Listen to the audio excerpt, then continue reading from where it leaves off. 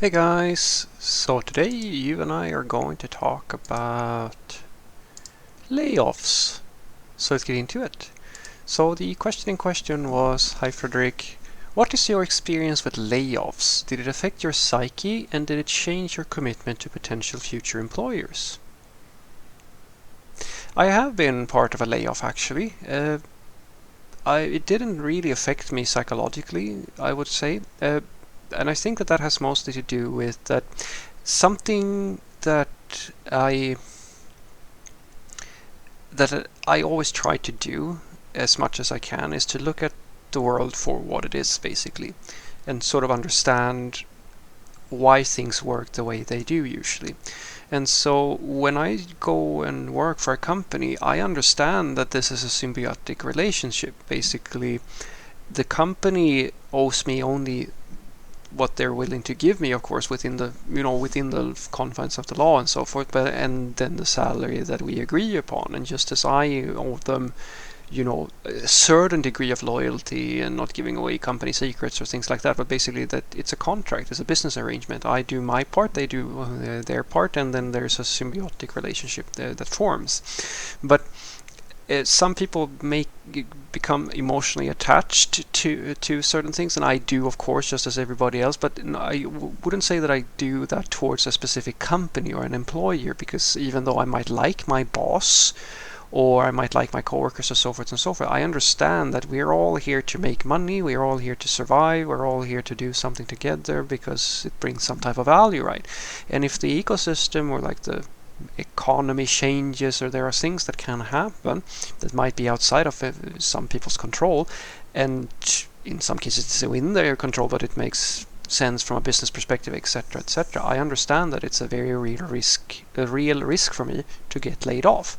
And that's why I tell people, try to always make sure that you have a relevant CV, that you never put yourself in that sort of situation where you mentally go lethargic and you go, yeah, I don't have to really care, or like you become apathetic and go that, yeah, I'm just gonna write it out, I'm not gonna learn new things or keep myself relevant and so forth, because that can cause a bit of a problem for you if you do get laid off. And so when I got laid off, basically there were absolutely some people who felt that, yeah, well, this was, it's, of course, I mean, I felt it too. It's not fun to get laid off, but while some people had to sit and sort of reflect and like process things, the same afternoon that we got the message that the office was going to get closed down, I immediately went on LinkedIn and started looking for the next thing. Because I know, as I've said in a few videos before, guys, to me it's everything is a peak or a slope, and sometimes things go up and things go down, but the only constant is movement.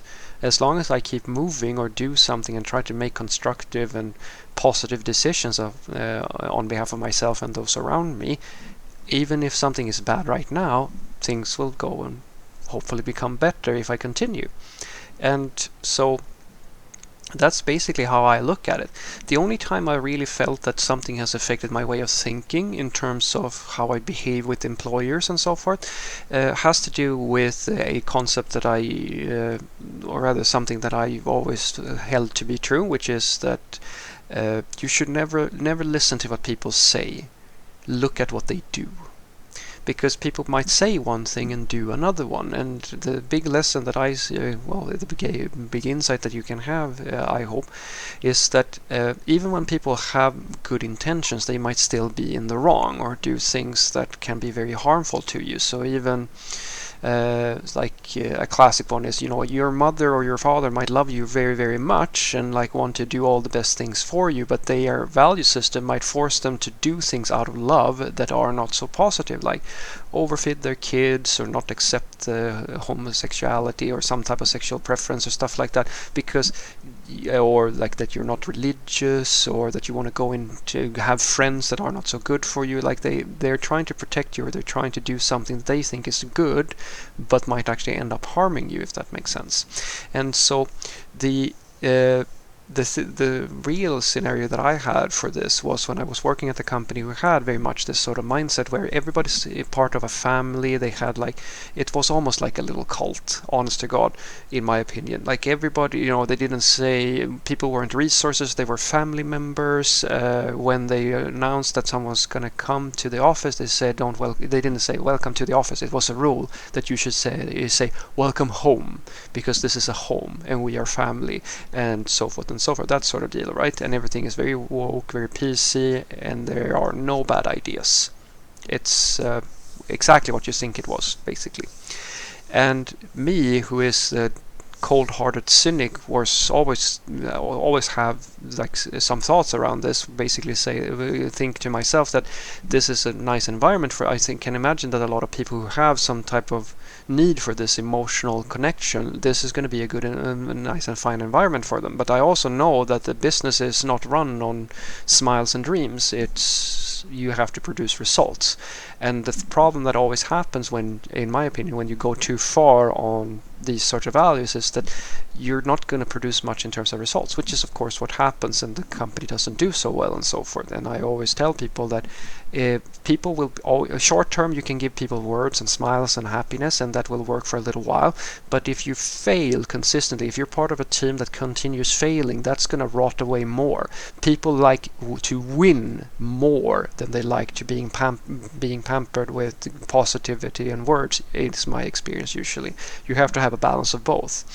And so they keep on telling me, you can be yourself and you let your hair down. Well, I don't have any hair now, but you see the sort of thing that I'm talking about, right? It's an environment where they're trying to make you put yourself out there. And so I break my own principle, and I realized that was a big mistake, because the people that I work with here, we don't say, I can't make friends with everybody. The only person who can truly be themselves at all times is a person who will fit in anywhere. And I know for a fact that I'm not that sort of person. I will make a lot of friends with a lot of people, but some people I will rub the wrong way. It's a fact. And unfortunately, one of the people that I rubbed the wrong way with my personality and way of behaving was one of the founders of the company, and a few select people across the company. And what I then see is that, well, all that positivity and so forth, you go from being part of that, being included in that, to being very isolated very quickly and being exposed to some very tough situations, and then ultimately you can't basically be within the company, even though at the same time everybody's saying everybody's accepted, everything is lovely-dovey, so forth and so forth. We're all family, we're sticking it out, and we're going to sacrifice for our employees, etc., etc. All of those things were being said at one point, but behind the scenes, that's not really how things were being run. In the public eye, that's how it was working, but behind closed doors, it worked a slightly different way.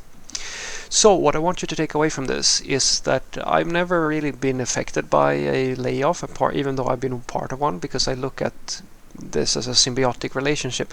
It's not something that I would ever expect from a company, so it can't really affect me in a psychological way.